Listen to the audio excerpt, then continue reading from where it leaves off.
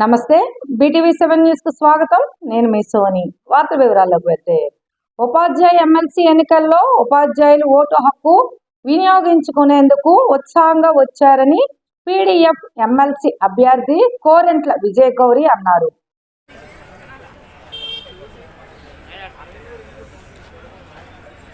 నా పేరు శ్రీనివాసరావు, యూటీఎఫ్ జిల్లా శాఖ అధ్యక్షుడిని. ఈరోజు ఎమ్మెల్సీ ఎన్నికల్లో దాదాపుగా 25,000 మంది ఉపాధ్యాయులు వాళ్ళ తాలూకా ఓటు హక్కును వినియోగించుకుంటున్నారు ఉత్తరాంధ్ర మొత్తంగా చూస్తే. అలాగే మన విజయనగరం నియోజకవర్గం వరకు చూస్తే 2,146 మంది ఓటర్లు ఇక్కడ ఉన్నారు. వీళ్ళంతా కూడా రాజ్యాంగంలో మనకు కల్పించిన ఈ పార్లమెంటరీ ప్రజాస్వామ్యం మనకి ఇచ్చిన అవకాశాన్ని కౌన్సిల్లో ఉపాధ్యాయులు వాళ్ళ తాలూకా సమస్యల గురించి కానీ, విద్యారంగ పరిరక్షణ గురించి కానీ, ఈ అన్ని సమస్యల మీద కూడా తమ గళాన్ని వినిపించే అవకాశం ఈ రాజ్యాంగమే మనకు కల్పించింది. అలాగే ఉపాధ్యాయులు ప్రస్తుతం వస్తున్న సౌకర్యాలు కానీ, ఇప్పుడు వస్తున్న వేతనాలు జీతాలు కానీ, ఇవన్నీ కూడా ఉపాధ్యాయులందరూ అనేక తరాలుగా అనేక సంవత్సరాలుగా చేస్తున్న పోరాటాల ఫలితంగా, ఉద్యమాల ఫలితంగా మాత్రమే వచ్చాయి. కాబట్టి ఆ ఉద్యమాల వారసత్వాన్ని పుణికిపుచ్చుకున్న కోరెంట్ల విజయ గౌరి గారిని గెలిపించాలి అని పీడీఎఫ్ ఎమ్మెల్సీలందరూ కూడా సూచన చేశారు.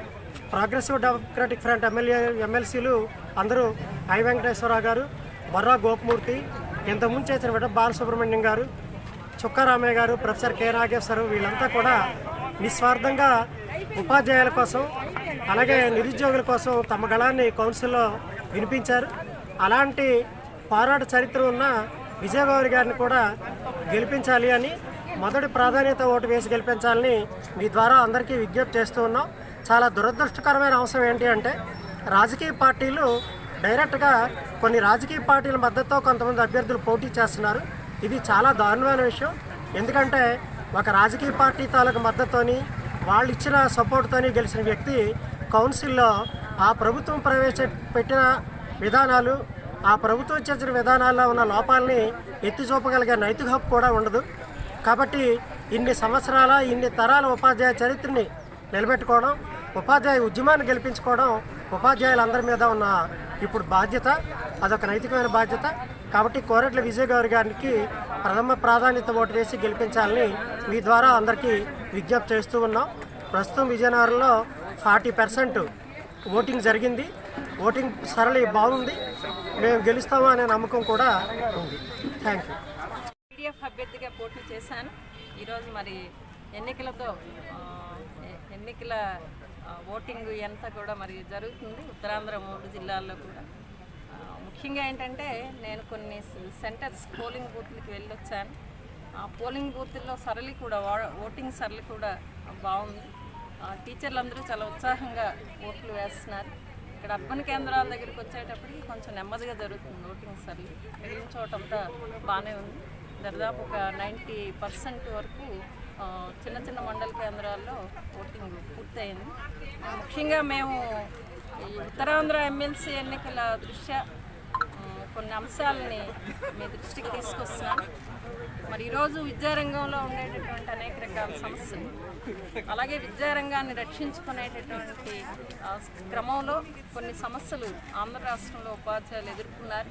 మరి అటువంటి విద్యారంగ రక్షణ కోసం ఉపాధ్యాయులు, అధ్యాపకులు, ప్రొఫెసర్స్, కాంట్రాక్ట్ లెక్చరర్లు, అలాగే కేజీబీవీ మోడల్ స్కూల్స్, సొసైటీలు, ఈ అన్నింటిలో పనిచేసేటటువంటి ఈ మొత్తం ఈ సిబ్బంది యొక్క సమస్యలు గత 5 ఏళ్ళుగా 6 ఏళ్ళుగా పేరుపడి ఉన్నాయి. అయితే నేను ప్రచారానికి వెళ్ళేటప్పుడు వాళ్ళందరూ నాతో దగ్గరగా మాట్లాడారు. నేను ప్రచారం చేసేటటువంటి సందర్భంలో దగ్గరగా మాట్లాడారు. వాళ్ళు చెప్పే అంశాలు ఏంటంటే, 6 ఏళ్ళుగా మన సమస్యల మీద మాట్లాడేటటువంటి ఎమ్మెల్సీలు ఉత్తరాంధ్రల నుంచి లేరు. ఏ పెద్ద సమస్య వచ్చినా సరే మాట్లాడేటటువంటి పరిస్థితి లేదు. ముఖ్యంగా విద్యారంగంలో 117 ఇంత అతలాకుతలం చేసినప్పుడు కూడా ఉత్తరాంధ్ర నుంచి ఉండేటటువంటి ఎమ్మెల్సీలు మాట్లాడలేదు. మేడం, అందుకని మన విద్యారంగ రక్షణ కోసం మరి ఈ రంగంలో పనిచేసే మా యొక్క సమస్యలు, మా గొంతే మీరు వినిపించాలి, కాబట్టి మిమ్మల్ని మేము ఓన్ చేసుకుంటామని చెప్పి చాలా దగ్గరలో ఉమ్మడి జిల్లాల్లో చాలా దగ్గరలో ఆ రకమైనటువంటి ఆదరాభిమానాలు చూపించడం అనేటటువంటి జరిగింది.